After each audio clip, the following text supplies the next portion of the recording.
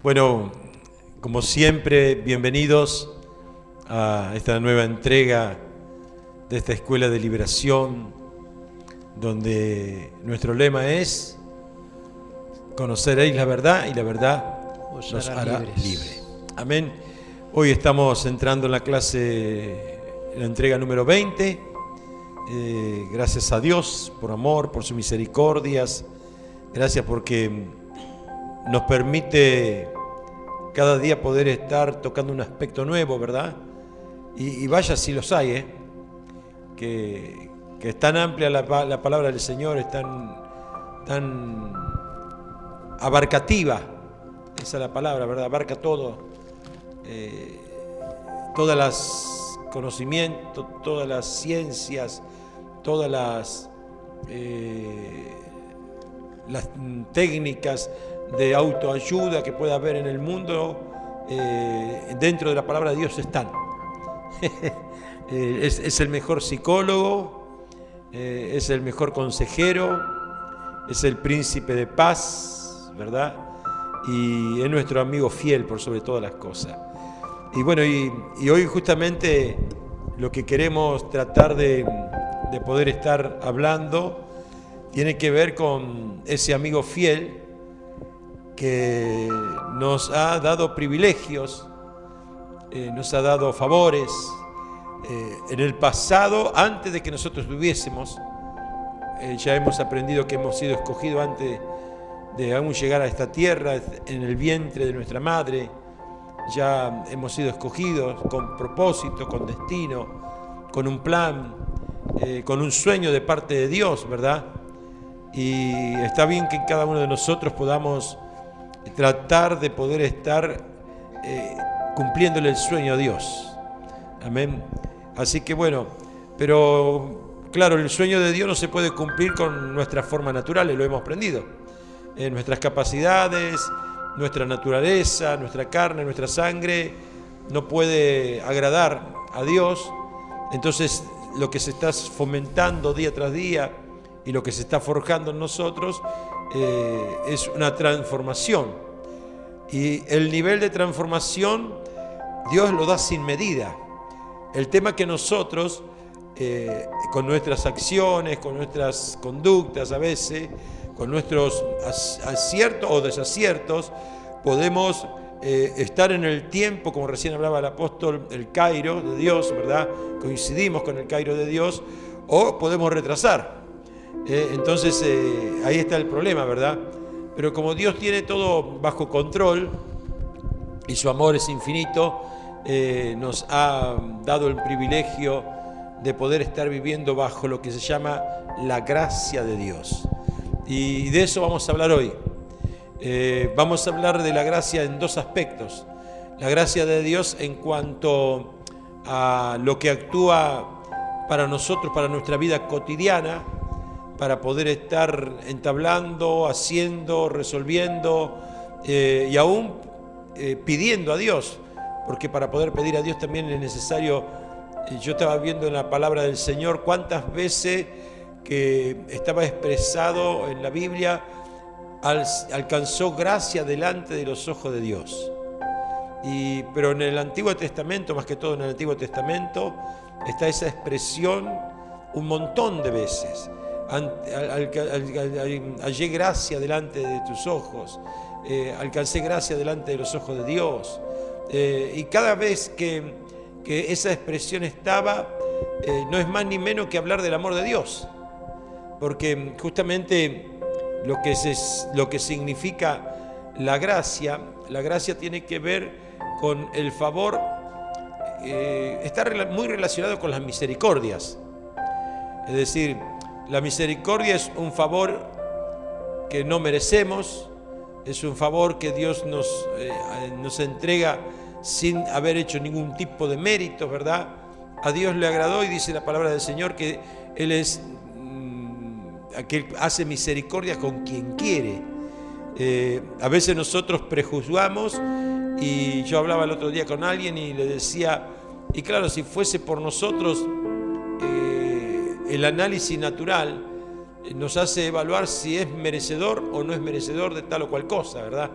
Pero como justamente Dios no tiene análisis naturales, sino que es sobrenatural, porque su amor es sobrenatural, no calcula como nosotros, no mide como nosotros, sino que lo hace de una forma siempre más bondadosa, más amorosa y más contemplativa, podemos decir. Y de eso se trata la gracia del Señor, ¿verdad? La gracia de Dios hoy será el punto donde vamos a estar explayando y tratando de ver en el primer aspecto, como bien le dije, para nuestras cosas, pero también en el aspecto de lo que es la vida ministerial o la vida de servicio para con Dios. O sea que vamos a estar entrando en esos dos temas.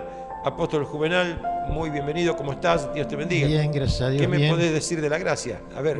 Bastante. Yo creo que la gracia se experimenta y a veces las palabras no nos alcanzan para definirla porque es muy amplia. Es un espectro de circunstancias que se van dando en un proceso de transformación de vida de pecadores, porque cuando estamos en pecado no sabemos ni lo que es gracia ni que existe, pero después entramos en ese proceso y hasta que nos vayamos de esta tierra estamos siendo procesados hasta la perfección misma de lo que Dios quiere de nosotros. Lo importante es que nosotros acompañemos a Dios y eso es lo que estamos tratando a través de estos estudios, entender, como decía la otra vez, no se alabe el sabio en su sabiduría ni el fuerte en su fortaleza, sino en entenderme y comprenderme. Y bueno, queremos entenderlo y comprenderlo y usufructuar los beneficios que eso trae. Ser amigos de Dios y en especial hijos. Amén. Yo anoté por aquí, apóstol, dice, la gracia de Dios es una virtud por la cual Dios puede dar algo sin nada a cambio, sin pedir nada a cambio, ya que puede, para alcanzar la misma, el hombre nada puede hacer por sí mismo. Yo creo que es una aclaración bien precisa, concisa, ¿verdad? Te lo vuelvo a repetir, es una virtud por la cual Dios puede dar algo sin nada a cambio. Él no te va a pedir nada, pero decidió soltar gracia sobre nuestras vidas, ya que para alcanzar la misma, ni usted ni yo, ninguno, podemos hacer algo para poder hacerlo y para poder alcanzarlo por sí mismo. Amén. Está fuera de nuestro alcance, pero está en el alcance de Dios. Está fuera de nuestras perspectivas, pero en la contemplación, en la magnanimidad de nuestro Dios, ahí está involucrado la gracia de Dios. Amén, apóstol. Amén. La segunda conclusión que podemos hablar tiene que ver con vivir bajo la gracia de Dios. Porque recién yo le decía que vivir bajo la gracia de Dios supera vivir los estamentos de poder vivir bajo una ley. Es decir, supuestamente lo que yo le explicaba recién, cuando nosotros decimos es merecedor o no es merecedor, estamos haciendo una ley de valoración. Ahora yo podría decir, discúlpeme que le corté, sí. Me acuerdo cuando éramos chicos, cuando nuestras mamás o nuestros parientes antiguos le decían, sos un desgraciado, ¿se acuerdan? Que antes usaba esa palabra desgraciado, y es estar fuera de la gracia de Dios, fuera de ese favor. Qué desgraciada que es esa persona, o sea, como que había entrado en desgracia, en pobreza, en miseria, en enfermedad, en un aspecto miserable, ¿verdad? Hablando de expresiones así, hay una película que le recomiendo, dura 20 minutos nada más, La mariposa, que está justamente protagonizada por este muchacho cristiano que no tiene ni brazos ni piernas, es decir, que estuvo aquí en Uruguay hace un tiempo, ¿verdad? El Circo de la Mariposa se llama, El Circo de la Mariposa. Y claro, este muchacho lo tenían en un circo como que si fuese una exposición de algo deforme, ¿verdad? Y el presentador bien demoníaco, decía, y ahora van a ver a aquel que aún el propio Dios le dio vuelta a la espalda. Como dice, así, sí, usted lo puede ver, es tremendo, es tremendo. y lo utilizaban y bueno, pero por la gracia de Dios, Dios le dio dones que hoy vamos a ver, le dio habilidades y los sorprendió a todos, ¿verdad? Y se convirtió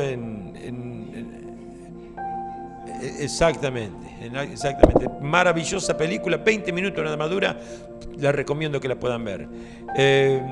Vivir bajo la gracia de Dios, yo le decía, es totalmente contrario a los valores de la ley que nosotros muchas veces ponemos. Y ya no estoy hablando de la ley de Dios, estoy hablando, como decía, sos merecedor, no sos merecedor. Entonces, la gracia de Dios supera toda normativa de ley. Es decir, a tu hijo vos le decías, bueno, si haces tal cosa te mereces esto, si haces lo otro te lo voy a dar. Es decir, sin darte cuenta, le estás poniendo una ley, ¿verdad? Y es distinto que vos a tu hijo le digas, bueno, te lo doy. Y el niño se va a sorprender. ¿Qué le pasó? Ahora no me pide nada. No sé si el concepto lo está logrando transmitir. Hemos aprendido a vivir bajo normativas que hemos puesto, a veces por las consecuencias de la vida, a veces por el hecho de las costumbres. Entonces hay una valoración que no es la valoración de Dios. La gracia supera todo eso. La gracia dice, te doy y ya está, ¿verdad? Entonces, en una conclusión, vivir bajo la gracia de Dios no es más que aceptar el regalo inmerecido, si quiere ponerlo, regalo inmerecido, primeramente de la salvación, ¿verdad? Y de gozar de una vida plena. Es decir, el gozar de una vida plena en el Señor habla de la gracia. Como decía el apóstol recién, ¿qué me voy a preocupar de lo que voy a comer si aún los pajarillos, ellos viven totalmente bajo la gracia de Dios? Y ellos no se andan preocupando, ellos saben que se van a alimentar, que van a conseguir, es decir, se esfuerzan para eso, por supuesto, ¿verdad? Pero seguramente no tienen las preocupaciones de a ver si me puedo lograr y puedo merecer tal o cual cosa. No. Saben que la bendición de Dios viene. Y creo que sería algo muy hermoso que podamos aprender a vivir de esa manera.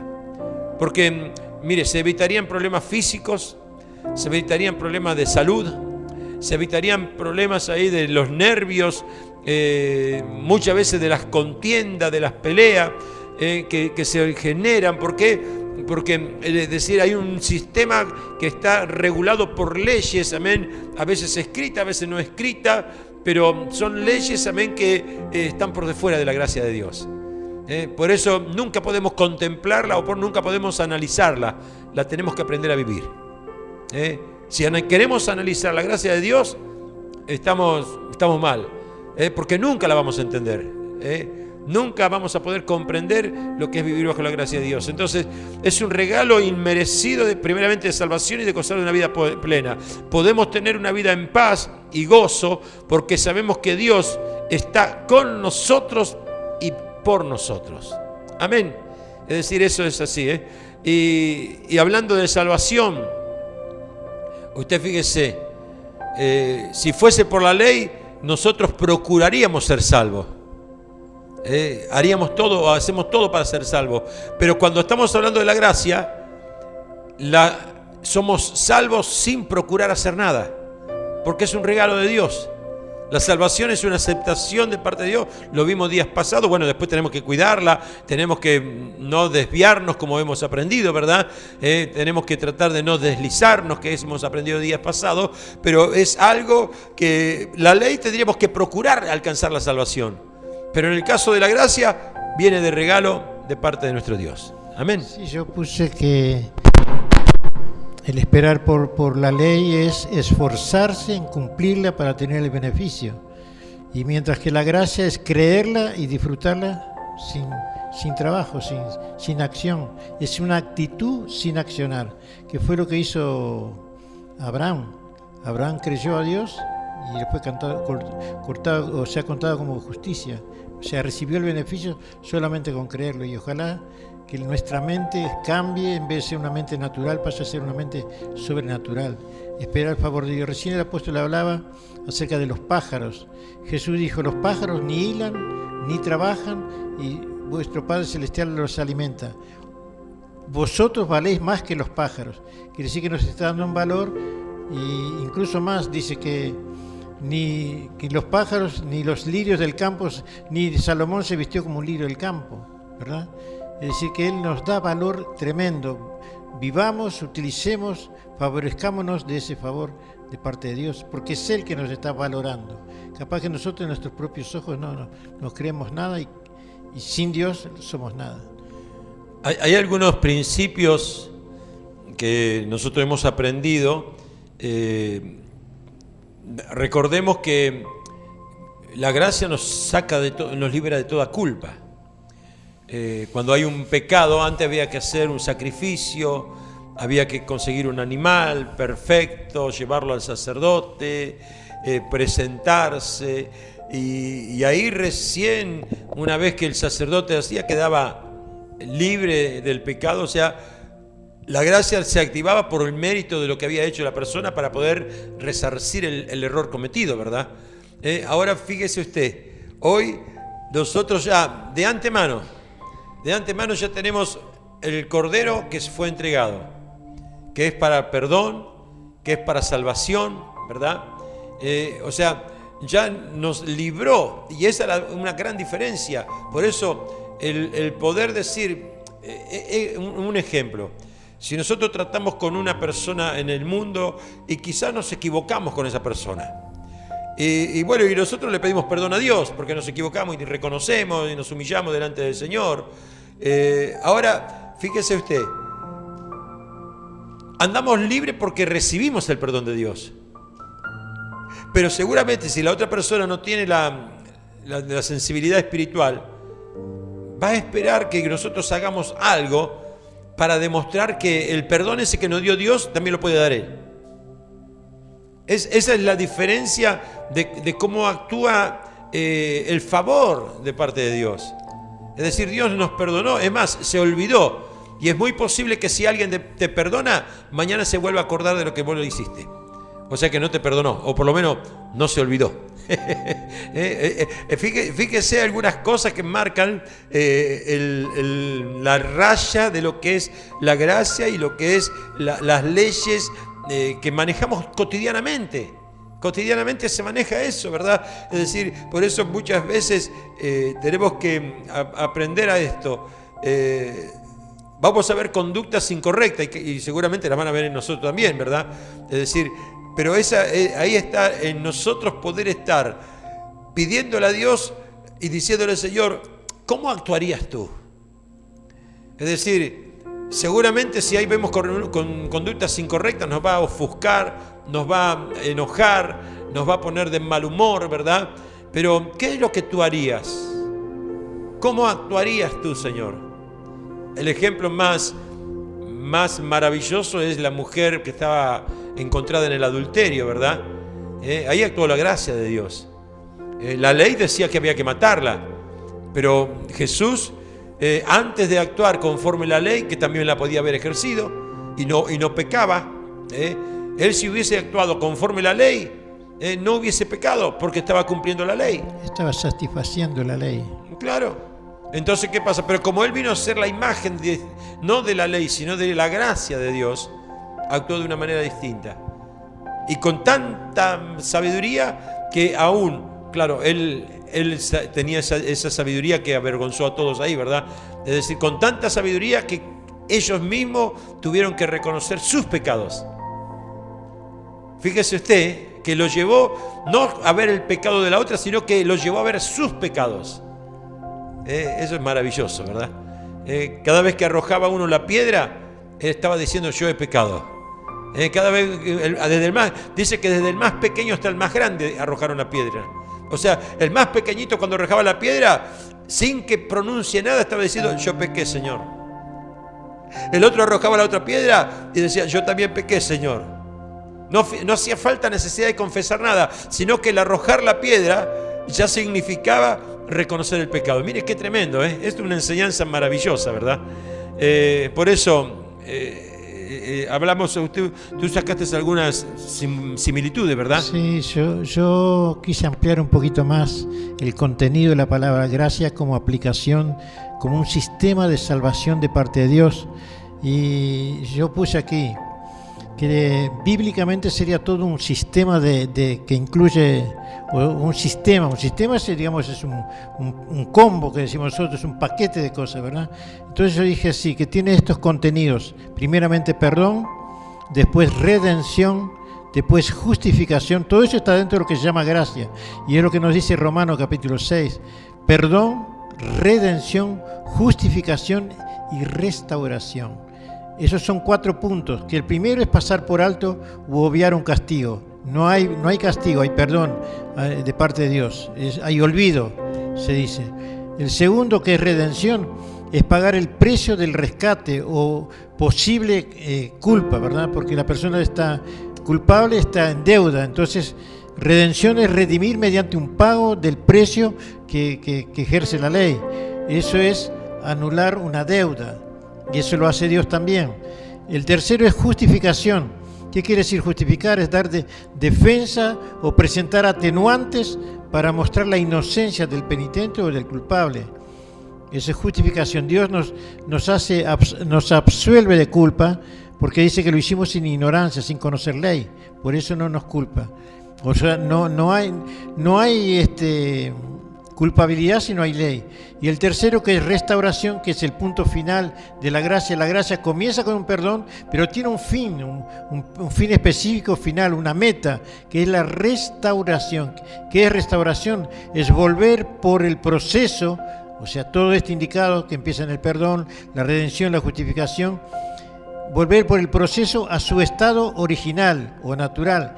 Es una reacondicionamiento por medio de un manual que se llama Biblia, con sus directivas, con sus consejos, con sus elementos causales. Es decir, que Dios usa la Biblia para restaurarnos, para cambiarnos, porque nosotros fuimos creados a imagen y semejanza de Dios, perfectos.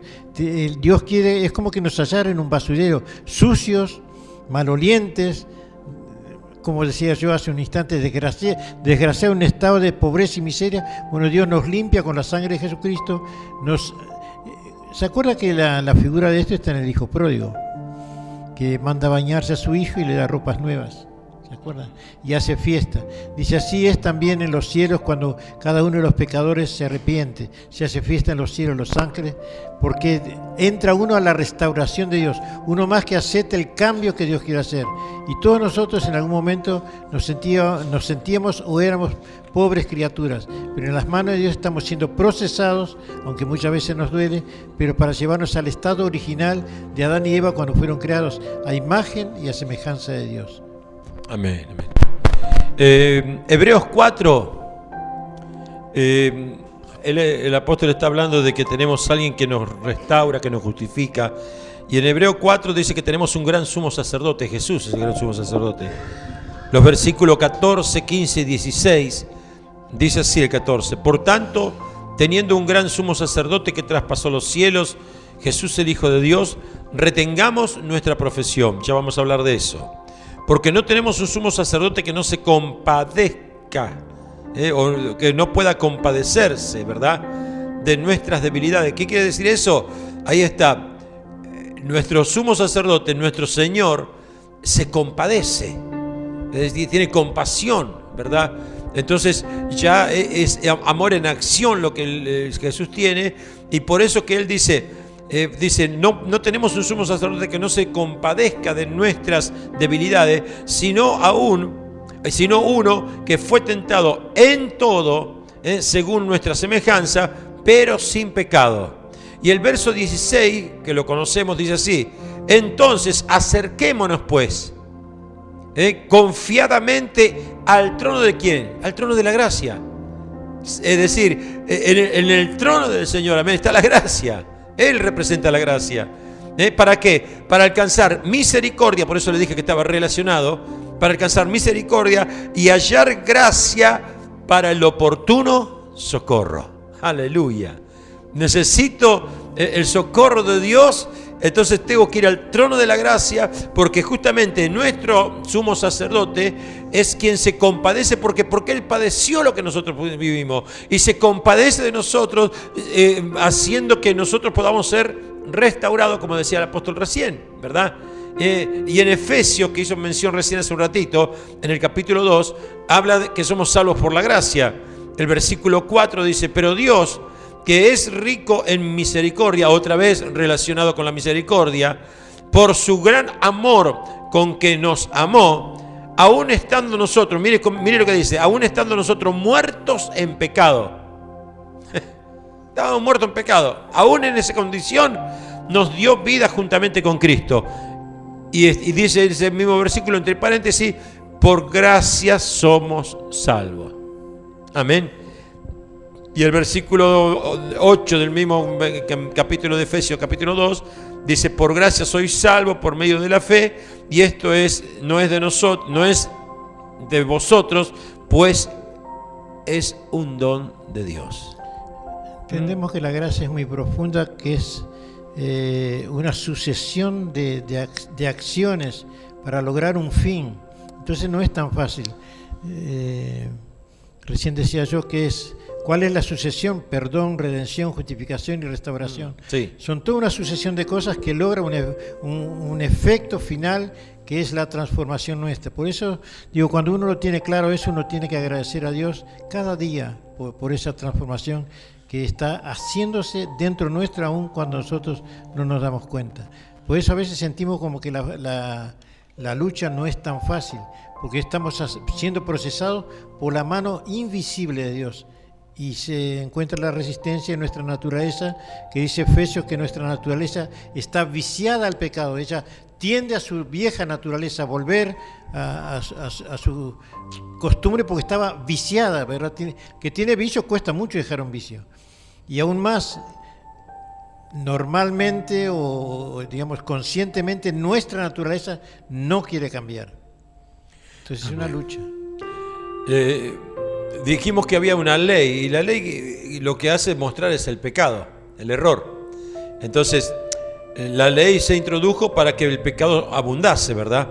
Pero no obstante, tenemos que saber que ahí donde abunda el pecado, lo dice la Biblia, donde abunda el pecado, sobreabunda la gracia. Amén, está escrito eso. Abunda el pecado y sobreabunda la gracia. Y recordemos algo el otro día, cuando hablamos de la salvación, ¿verdad? Cuando hablamos porque si no con este pensamiento solamente pecaríamos y sabemos que la gracia se activa. Pecaríamos y seguimos. Acuérdense que Dios hablaba de no deslizarnos, de cuidarnos, ¿verdad? Es decir, porque esto no es un salvavidas para que la gente haga lo que quiera, ¿verdad? Que hay sobreabundancia de gracia por encima de la ley, claro que la hay, ¿verdad? Es decir, el pecado está, pero la gracia es superior. Quizás quiere decir eso esa parte bíblica, ¿verdad? Sobreabunda, le sobrepasa la gracia es superior. Pero mire Romanos capítulo 6, versículo 1 y 2 voy a leer, y después el 14, dice, ¿qué pues diremos? Como para que le pongamos un freno al hecho de que, bueno, la gracia me va a cubrir, ¿verdad? Dice, ¿qué pues diremos? ¿Perseveraremos en el pecado para que la gracia abunde? Como diciendo, está como signo de pregunta las dos cosas. ¿Qué pues diremos? ¿Perseveraremos? ¿Seguiremos pecando porque sabemos que la gracia sobreabunda? Es decir, como diciendo, ¿me conviene o no me conviene, verdad? Es decir, sé que hay sobreabundancia, pero ¿es correcto que yo, sabiendo que hay pecado, pueda seguir pecando? Total, la gracia me va a cubrir. Y después dice, en ninguna manera. Pablo está diciendo eso. Pablo está diciendo, no, ni se te ocurra ni pensar que podés vivir en un pecado constante porque la gracia te va a favorecer. Dice, en ninguna manera, porque lo que hemos muerto al pecado, ¿cómo viviremos aún en él? No estamos en Cristo, en otra palabra. Si no hemos muerto al pecado, está bien todo el proceso de la gracia, de la misericordia de Dios, pero no estamos en Cristo. ¿Cómo viviremos en Él si estamos de esa manera, verdad? Porque el pecado, el verso 14 dice, porque el pecado no se enseñoreará de vosotros, pues no está bajo la ley, sino que está bajo la gracia. Amén. Así que ahí está el gobierno y la supremacía, en cierta forma, de la gracia por encima del pecado. Y hay algunos ejemplos. Bástate mi gracia. ¿Cómo fue ese caso, apóstol? Bueno, ese es un poquito, digamos, que es muy, muy amplio esa actitud de Pablo, porque Pablo quería ser perfecto. Y Dios, si nos deja ser perfectos, nosotros nos hinchamos, o sea, nos envanecemos. O sea que Pablo quería más de lo que Dios le había dado. Y Dios le pone un límite que siempre nosotros tenemos que depender de Él para que nosotros no nos jactemos, dice, para que nadie se jacte de que es perfecto, sino que siempre nos deja a medias a fin de que nosotros dependamos de Él, porque que no nos apropiemos del favor como que es un elemento que nosotros lo procuramos, lo logramos y digamos y nos beneficiamos de Él, sino que siempre quede que eso es un elemento usado por Dios para demostrar su amor y su capacidad. Bástate mi gracia, ya con eso alcanza, lo otro lo hago yo. ¿Qué quiere decir? Tampoco que nosotros tomemos autoridad sobre los designios que podemos hacer con los dones que Dios nos dio, porque Pablo tenía muchos dones y él podía creerse al fin que esos dones era capacidad personal de él, natural de él, y podía hincharse. Entonces Dios, para tenerlo avergonzado delante de sí mismo, digamos, era una forma de tenerlo a medida de que Pablo siempre reconociera lo que yo he alcanzado, lo que he logrado, no es por mis actitudes o capacidades, sino por capacidades de Dios.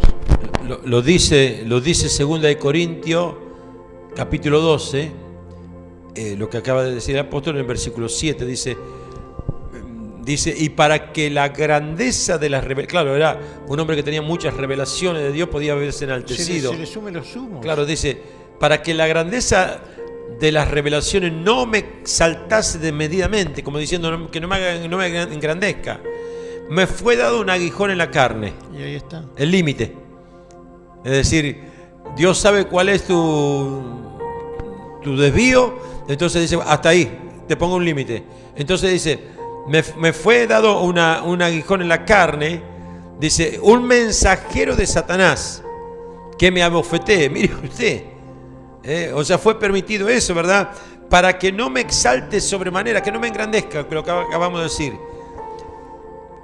Y dice, mire, escuche bien, respecto a lo cual 3 veces he rogado al Señor que me lo quite. Es decir, no era que no pedía, Señor, sácame, quítame esto. Tampoco era malo lo que él pedía, pero no era así. Claro. Es decir, era el límite del Señor. Y yo ahora te voy a decir el último versículo y después te aclaro algo. Dice, y me dijo, bástate mi gracia, porque mi poder se perfecciona en la debilidad. Por tanto, de buena gana me gloriaré más bien en mis debilidades, Pablo está hablando, para que repose sobre mí el poder de Cristo. Amén. Para que abunde la gracia, en otras palabras. Claro, es decir, que pueda fluir Dios. Porque si no, capaz que por ahí estaba tan engrandecido que fluye a Él. Que es algo de lo que hablé hoy en la radio de la mañana, ¿verdad? Es decir, en vez de poder dejar transmitir al Señor, ¿verdad? No, si yo ya lo conozco, ya sé cómo tengo que hacer, entonces podía tener una libertad que iba a ser contraproducente. Y yo digo esto en este caso, escuche, y esto para que podamos reflexionar. Quizás hay cosas que nosotros le estamos pidiendo a Dios. Y Dios sabe que si nos da esas cosas, nos sería de tropiezo. Es decir, hay gente que el excesivo dinero los pierde. Sí. El hecho de poder tener amistades por doquier los extravía. Entonces, Dios sabe controlar esas cosas. Y vos, por más que le digas, Señor, dame dinero, el Señor está diciendo, mira, si te doy dinero, te vas a ir y te vas a destruir. Porque no sabes administrarlo, lo vas a malgastar, lo vas a utilizar donde no corresponde, ¿verdad? Entonces, por más que le digas, Señor, pero ¿por qué si tú eres el Dios de la plata y el oro? Sí, pero yo te pongo un aguijón porque si no te vas a extraviar. Es una medida de estar dependiente de Dios. David lo entendió cuando dijo, no me des mucho, no sea cosa que yo me olvide de ti, no vaya más a los cultos, pues ya tengo bastante, ni me des poco para que robe y te avergüence. O sea, ni una cosa ni la otra. Teneme ahí al margen. Así es. Pasó también con Job.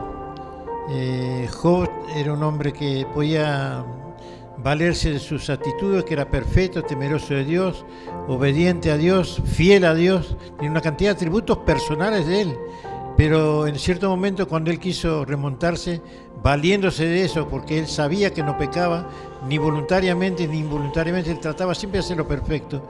En cierto momento Dios le hizo una pregunta que lo inquietó: ¿dónde estabas tú cuando yo creé todas las cosas? Te pedí consejo a ti.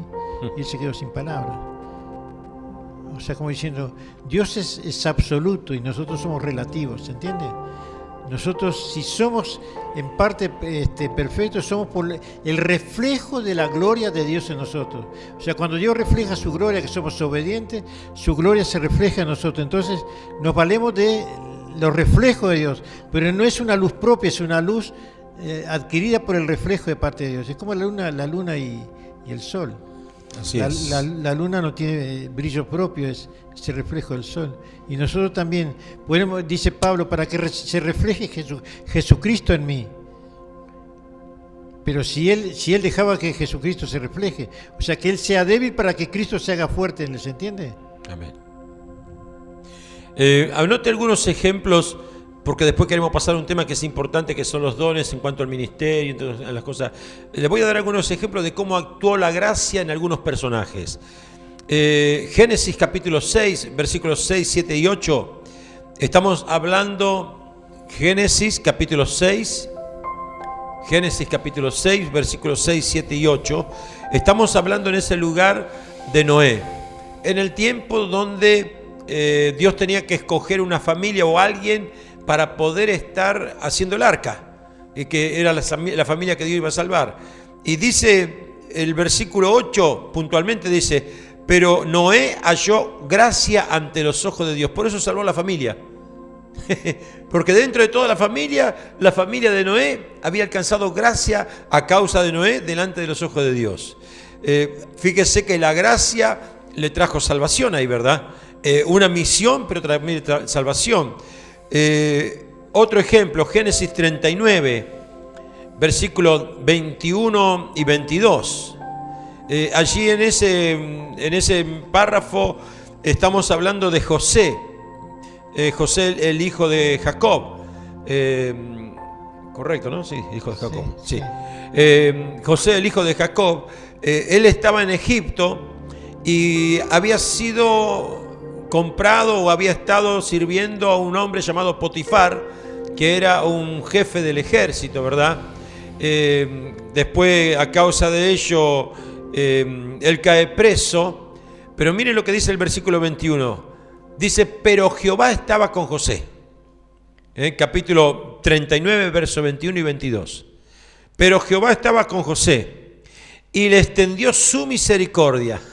Misericordia relacionado. Y le dio gracia, dice, en los ojos del jefe de la cárcel. Él era un preso más. Pero como Dios le dio gracia, ahí actúa la gracia de Dios, no solamente en él, sino en los demás. Bueno, fue lo que usted habló al principio, vivir bajo gracia. Claro. Y el jefe de la cárcel entregó en mano de José el cuidado de todos los presos. Dice que había en aquella prisión, y todo lo que él hacía allí, y todo lo que se hacía allí, él lo hacía. Mire usted, qué tremendo, ¿verdad? Alcanzar gracia. Otro ejemplo te doy. Éxodo capítulo 3. Cuando Dios llama a Moisés. Moisés es llamado por Dios y encomendado a sacar al pueblo de la esclavitud, ¿quién recuerda? Entonces, en el capítulo 3, versículos 21 y 22, principalmente en el 21, dice, Dios le está hablando a Moisés para decirle: mira, esto es lo que va a pasar. Dice: yo daré gracia a este pueblo, ya era un pueblo, yo daré a este pueblo gracia ante los ojos de los egipcios. Eran sus enemigos. Eran los que lo tenían bajo prisión, bajo cautiverio. Dice: yo daré gracia, dice, ante los ojos de los egipcios a este pueblo, para que cuando salgan está hablando ya después de las plagas y todo ello, todavía no había ni pasado las plagas acá, dice, cuando salgan, no vayáis con las manos vacías. Ya Dios le estaba diciendo, no te hagas problema, Moisés, que por más que te corten el trabajo, por más que te pongan presión, por más que te quieran destruir y a todo, yo voy a hacer que tenga gracia a ustedes delante de los egipcios y ustedes no van a salir con las manos vacías. Ahora fíjese, dice, sino que le pedirá cada mujer a su vecina y a su huéspeda alhajas de plata, alhajas de oro, vestidos, los que pondréis vosotros sobre vuestros hijos, vuestras hijas, y despojaréis a Egipto. Mire usted, tremendo, tremendo. Otro ejemplo, y esto fue una mujer llamada Ana, primera de Samuel, capítulo 1, los versículos 15, 16, 17, 18 y 19, para que veas cómo actuó en todo ese proceso la gracia de Dios a favor de Ana. Ana era una mujer estéril, ¿quién recuerda? Era una mujer que no podía tener hijos, era una mujer que vivía en amargura, porque tenía su esposo otra mujer llamada Penina, que le refregaba los hijos que tenía y los favores que Dios le había hecho a ella, ¿verdad? Pero Ana no tenía hijos. Entonces, Ana fue a una de las fiestas que se acostumbraba a ir, y cuando estaba allá, mire lo que aconteció en el versículo 15. Y Ana le respondió al sacerdote, ¿verdad? Diciendo, no, Señor mío, dice, porque yo soy una mujer que está atribulada en el espíritu.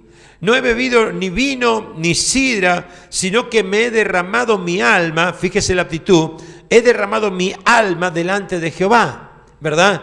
No tenga a tu sierva como una mujer impía, porque por la magnitud de mis congojas y mi aflicción he hablado hasta ahora. Ella está reconociendo cuál es su condición, ¿verdad?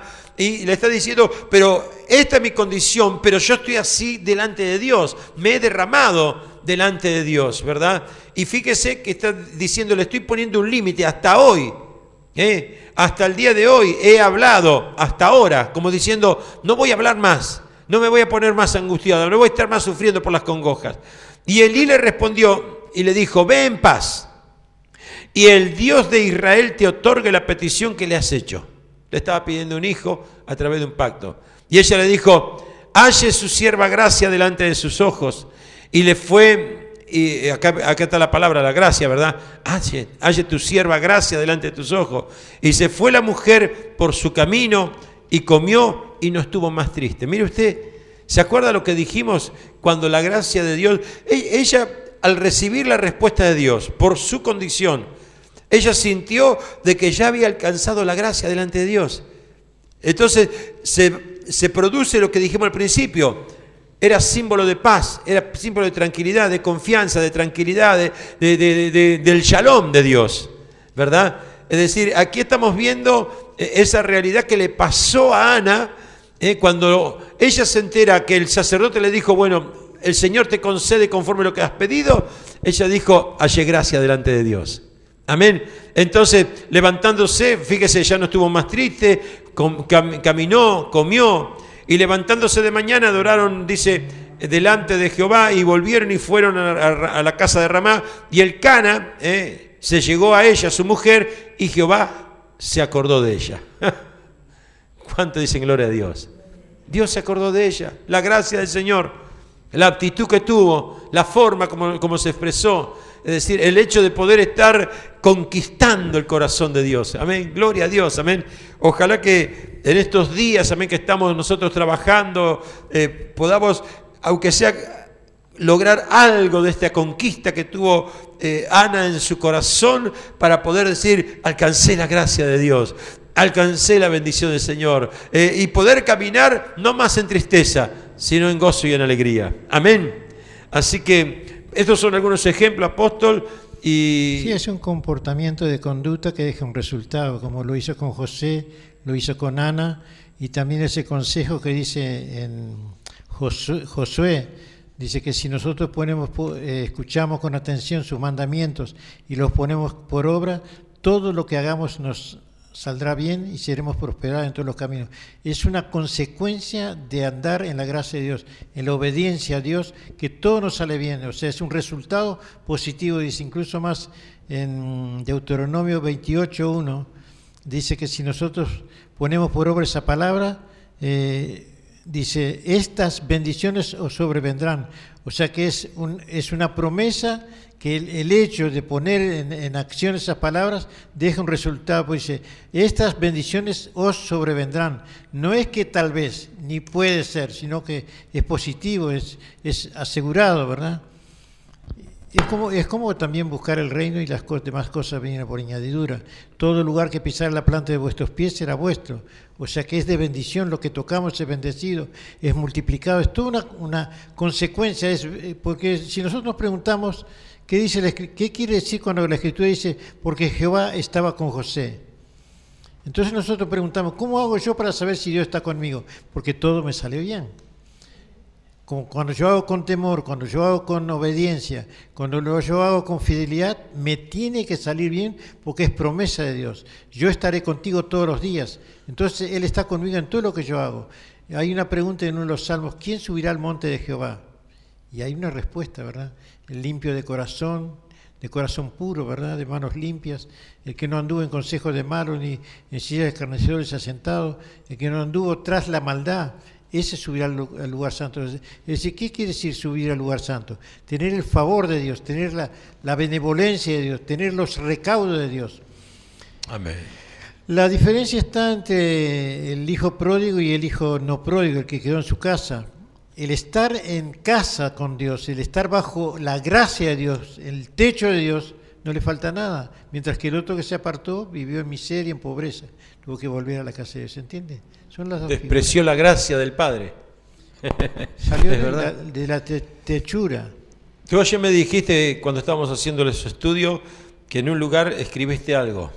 Y sí, te lo digo, te lo recuerdo, y en base a eso vamos a estar avanzando en los dones conforme Corintios, Romanos y Efesios, los dones espirituales, ¿verdad? Lo que tú escribiste te lo digo yo. Yo hago carteles y una vez un pastor me pidió eso que va a leer el apóstol.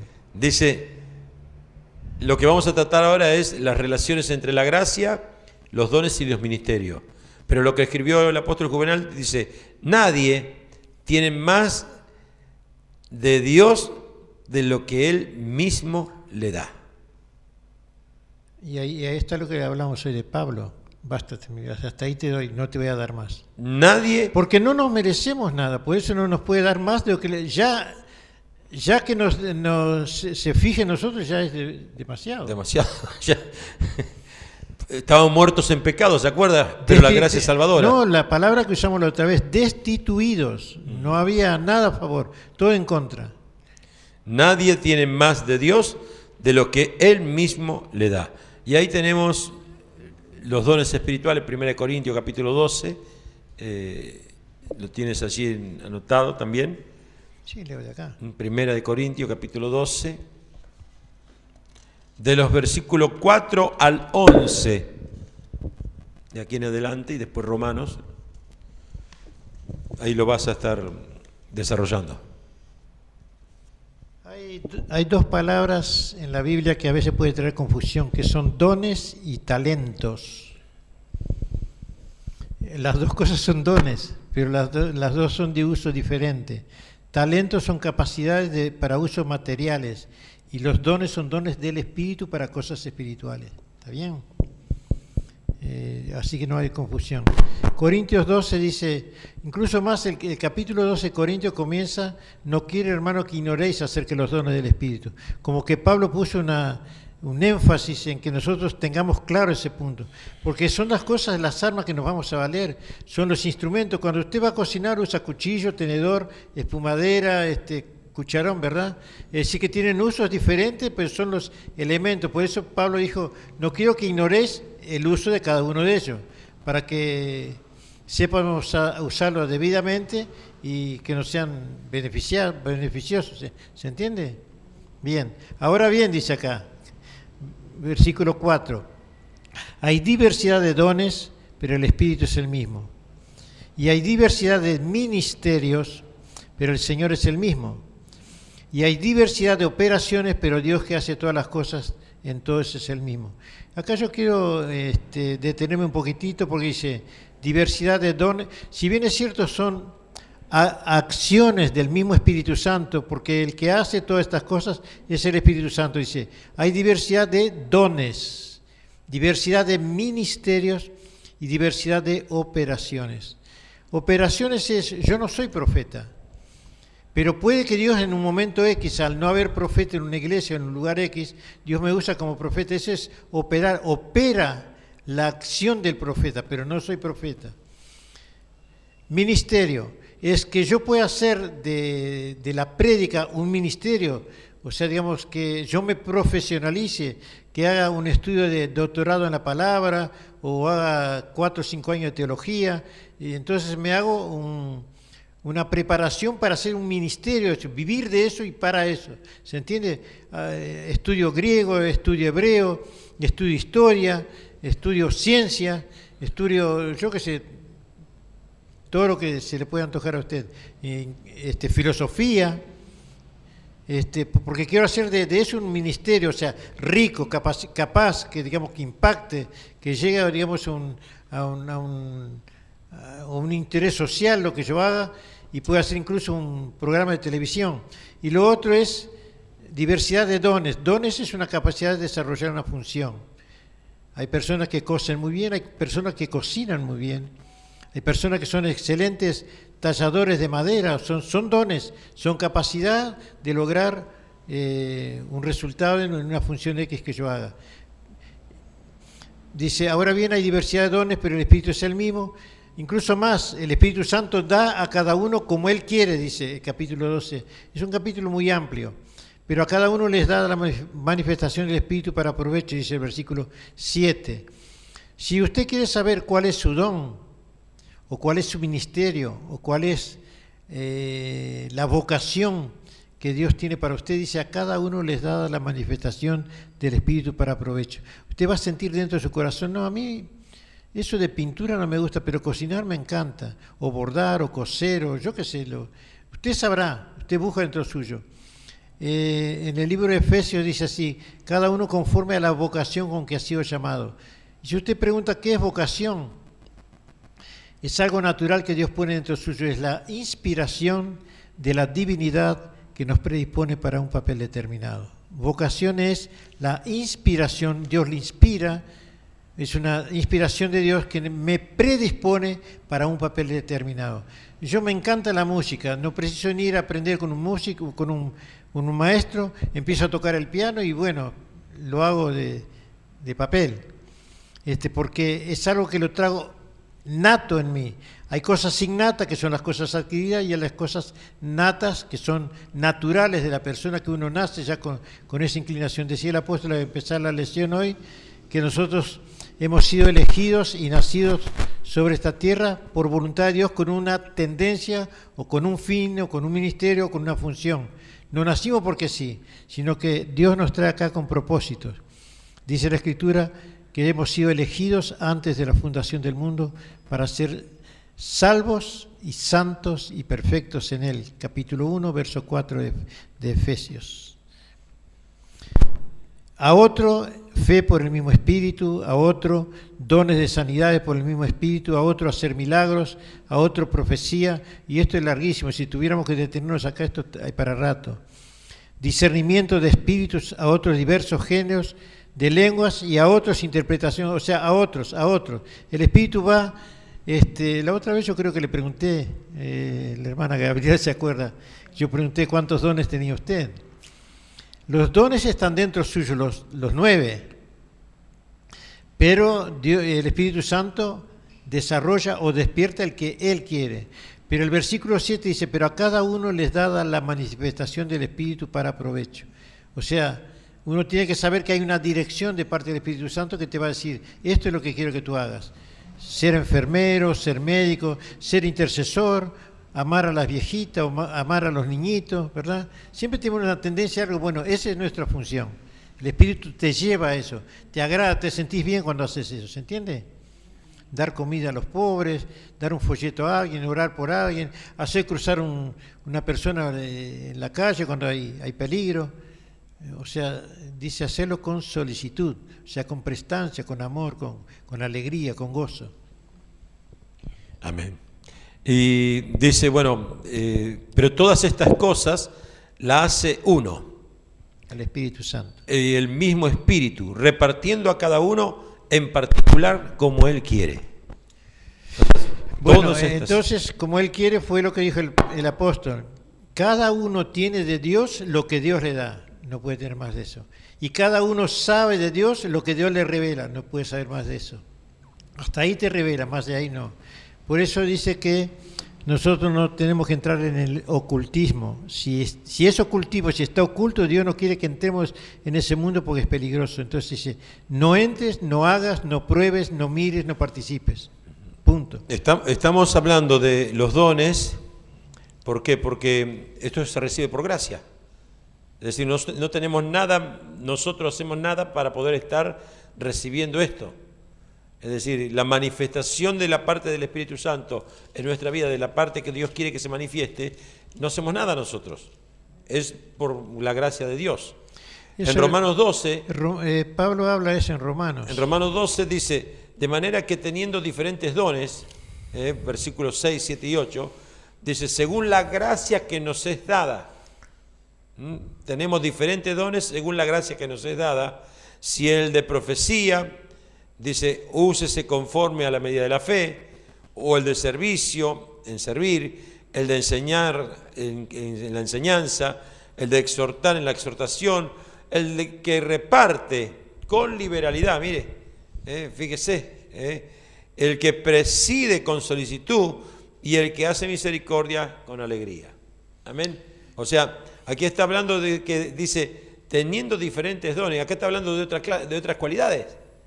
¿Verdad? Así como hoy hablaba de aquello que tenía que ver con la fe, con las sanidades, ya está hablando de otro estamento que son dones también de parte de Dios. Pero esto tiene que ver ya, fíjese, con la enseñanza, con la exhortación, con repartir, con presidir, con hacer misericordia, con servicio. Es como yo decía al principio, es todo un combo dentro de la gracia. Todos esos dones, todos esos moveres, toda esa manifestación está dentro y ministrado por la gracia. Por eso digo, es un paquete, es un combo.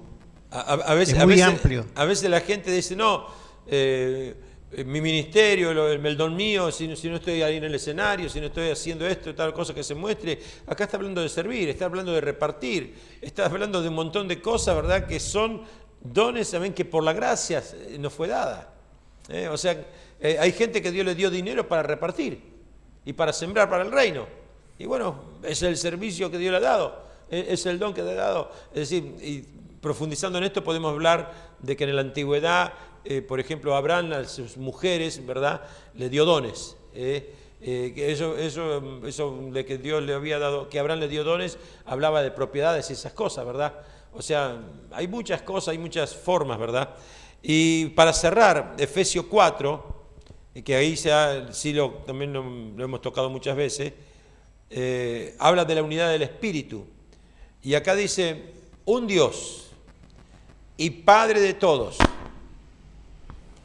el cual es sobre todos, por todos y en todos. Lo vuelvo a leer. Un Dios y Padre de todos, el cual es sobre todos, por todos y en todos. Sobre, por y en todos. Pero a cada uno de nosotros nos fue dada la gracia conforme a la medida del don de Cristo. Acá está hablando. Según el ministerio con que hemos sido llamados, también es la capacidad o la amplitud de gracia que se nos da para ese trabajo. Hay una medida que Cristo nos dio para poder tener esa gracia. Por eso a veces... Volvemos a lo mismo, no puedo tener más de Dios de lo que mismo Dios me da. Hay veces justamente que a uno le gustaría, ¿cómo me gustaría ser como aquel ministro, con el otro? Aprendemos a entender que hay una administración de la gracia de Dios para con nosotros. Entonces, y eso es tan importante, tan necesario, porque si no, como decíamos hablando con la enseñanza, serían todos caciques, serían todos indios, ¿verdad? Es decir, porque si todos fuesen así, estarían todos en el mismo estadio. No todos pueden ser líderes. Entonces, acá dice, pero a cada uno de nosotros fue dada la gracia conforme a la medida del don de Cristo. Según el don, es lo que precisa. Entonces, por lo cual, dice, subiendo a lo alto, llevó cautiva la cautividad y dio dones a los hombres, a nosotros, ¿verdad? Y eso de que subió, ¿qué es? Sino que también había descendido primero a las partes más bajas de la tierra. Y de ahí empieza a hablar de esto y dice, el que descendió es el mismo que también subió por encima de todos los cielos para llenarlo todo. Y él mismo, acá dice, constituyó a unos apóstoles, a otros profetas, a otros evangelistas, a otros pastores y maestros. Fíjese que no dice, no quiere decir eso que uno no pueda ser profeta, pero en el orden pensado de Dios hay una selección, apóstoles, profetas. Usted fíjese que Daniel se manejaba con sus discípulos, que eran discípulos que lo estaba haciendo en una escuela profética, ¿verdad? Es decir, entonces tenemos que entender, ¿verdad?, de que esos que estaban con él tenían ese ministerio, ¿verdad? Jesús también llamó a los 12 porque eran apóstoles, ¿verdad? Es decir, además, según el ministerio también son las capacidades. Jesús dijo que el ser eunucos es un don dado por Dios. También si ustedes se fijan en la vida de los profetas, no encuentra que se hable de las esposas de los profetas. Habla de los profetas siempre, Elías, Eliseo, Daniel, Samuel.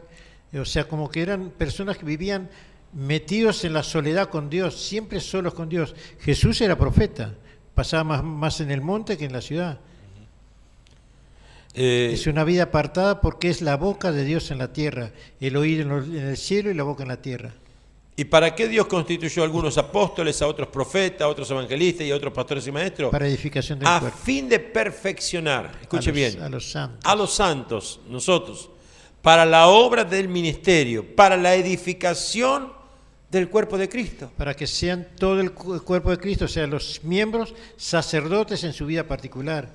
Pero eso viene por medio de la enseñanza del apostolado. Ahora, ¿dónde funciona un apóstol? ¿Dónde funciona un profeta? ¿Dónde funciona un pastor, un evangelista? Dentro del cuerpo. En los estudios, en los santos. No es... tiene que formar parte del cuerpo, porque es para perfeccionar el cuerpo. Era para perfeccionar el cuerpo de Cristo, que es la iglesia. Yo comentaba al apóstol ayer cuando preparamos el estudio que los dones dentro de la iglesia funcionan, fuera de la iglesia se apagan, porque son elementos espirituales para crecimiento espiritual de la iglesia, por los medios de los cuales Dios se manifiesta. Por eso es que se canaliza. Que uno ve que capaz que por ahí alguien estando en la iglesia, ejerciendo el ministerio que Dios le había dado, estaba que brillaba. Se fue de la iglesia y se empezó a apagar, desapareció. O se enferma, o se endemonía, o vuelve a la vida antigua de antes, porque queda vacío, los demonios vienen y se meten ahí. ¿Y hasta cuándo es? Hasta que todos lleguemos a la unidad de la fe y del conocimiento del Hijo de Dios, a un varón perfecto, a la medida de la estatura de la plenitud de Cristo. Amén. Quiere decir que todos los ministradores de la iglesia, que son pastores, evangelistas, profetas y apóstoles, tienen una función diferente.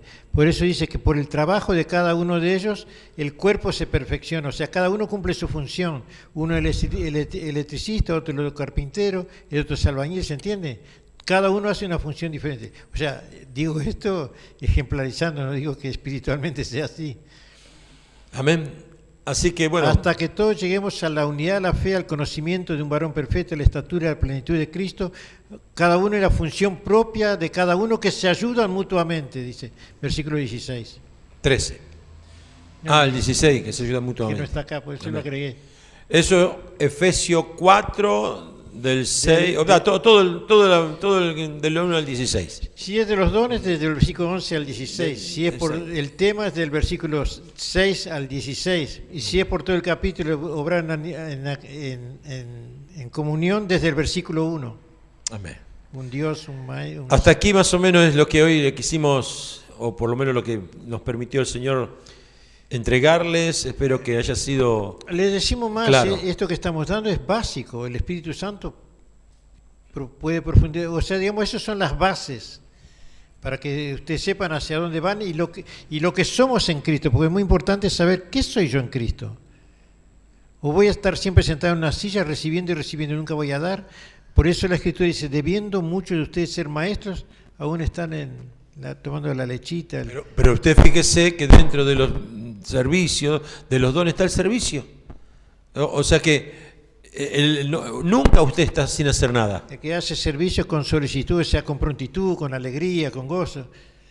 Lo que le manden a hacer. Te llamas a servir, aquí estoy. Eso es parte de los dones. Como dicen los Boy Scouts, siempre listos. Amén. Así que bueno, vamos a agradecer a Dios. Amén. Agradezcamos al Señor por esta entrega. Padre Celestial, Dios Todopoderoso, queremos agradecerte por esta nueva entrega que tú nos has dado hoy, el privilegio de poder compartirlo aquí en este lugar y saber, Dios amado Señor, que tus sueños, tus planes, tus propósitos nos exceden a nosotros, porque ahí actúa la gracia, que es algo, Señor, que es sin medida, Padre, así como tu amor, así como tus sueños, así como tus planes, tus proyectos, Señor, que no tienen comparación, Señor, alguna con aquellas cosas, Dios amado Señor, que nosotros podamos estar entendiendo y comprendiendo, Señor. Ayuda, Padre Santo, a tu pueblo, ayuda a la iglesia, ayuda a nuestras vidas, Padre, a poder trabajar en amor, Padre Santo, para poder ser perfeccionado y poder, Padre Santo, traer esa perfección al cuerpo de Cristo, Padre, para llegar a la estatura, Padre Santo, de nuestro Señor Jesucristo, Padre, a la plenitud de Cristo, Padre. Te lo pido, Dios, en el nombre de Jesús, y te pido para que tu Espíritu Santo, luego de todo esto que hemos compartido, siga trabajando en nosotros, Dios, para nuestro crecimiento, porque lo dice tu palabra, que así, Señor, como prospera tu alma, tú deseas que te seamos prosperados en todas las cosas. Lo recibimos con gozo, lo recibimos con alegría y lo recibimos, Padre Santo, Dios, oh Señor, con dicha, Padre, en el nombre de Jesús. Gracias te damos, mi Rey. Amén y amén. Gloria a Dios. Dale las fuertes palmas al Señor. Aleluya. Gracias a Dios. Amén.